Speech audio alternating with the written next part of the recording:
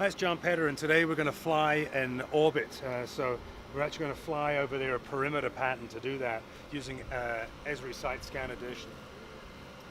And we've got the drone, we've pre-flighted the drone, it's connected to my controller correctly, and we're going to go out and fly orbits around this particular building.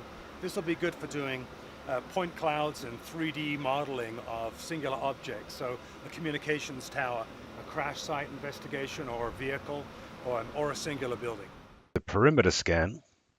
So this one actually comes up with a little bit of warning first because what's going to happen on these perimeters is that you can lose sight of the drone. So quite often I will want to put a spotter out there in communication with me to make sure that we can always see um, the drone and to make sure that there's not going to hit anything, and also fly and make sure I'm flying above the structure and not around the structure.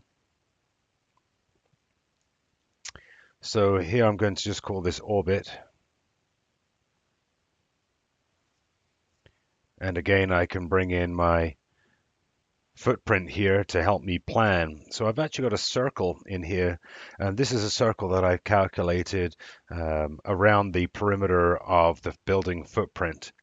And this is going to help me sort of plan where I'm going to do this. And again, this is a feature service which has been published out into, this case, ArcGIS Online, could be on your portal, and it's used to help you guide your mission.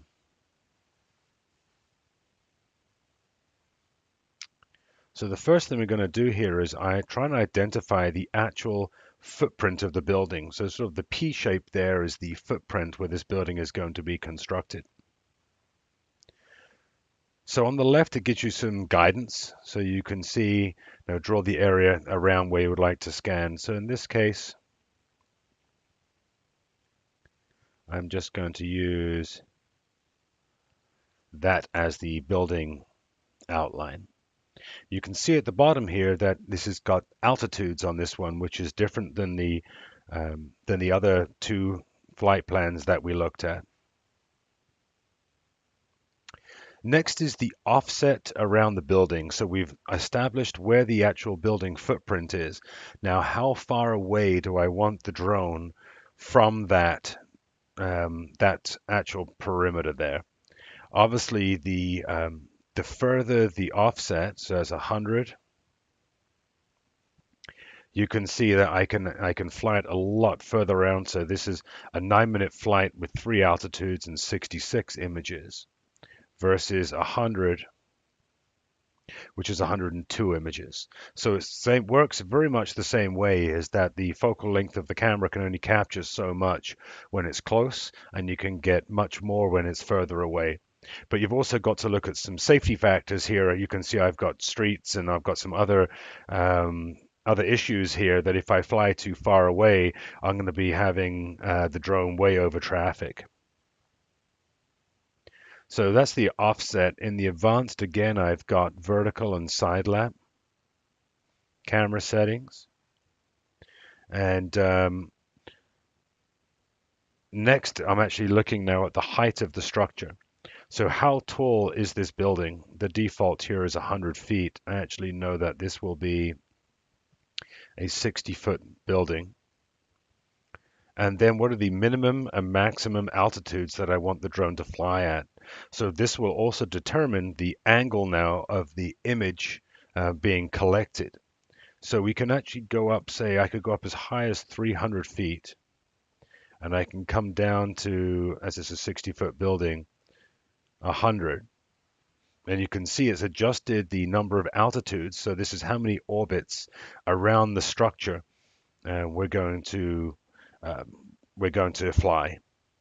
So we've got the travel altitude, 200 feet is just fine in here. So I've got my minimum and maximum altitude set. I can also just do a single altitude if I want to in here as well. So if I didn't want to do the multiple orbits, I could just set a single altitude, and I can even specify a gimbal angle that I want them to be flown.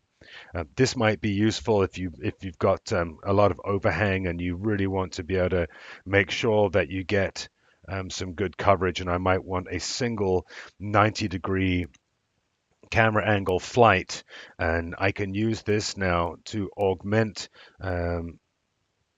images that I've actually collected using a regular flight. So you have to sort of think about what it is you're flying, why you're getting it, what it looks like. So a little bit of thought in the pre-planning really makes sure that you get a good product in the end.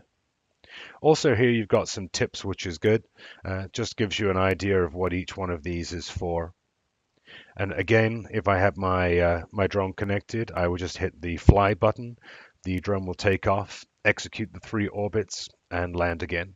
And again, I can save this flight plan. When I exit out and look at my flight plans for this particular project, you can now see I've got an orbit, a crosshatch, and a survey. Any of these, when I can take my iPad out into the field, connect it to my drone, open any of these up, and now I can just do next, next, and then fly this. And it makes for easy execution.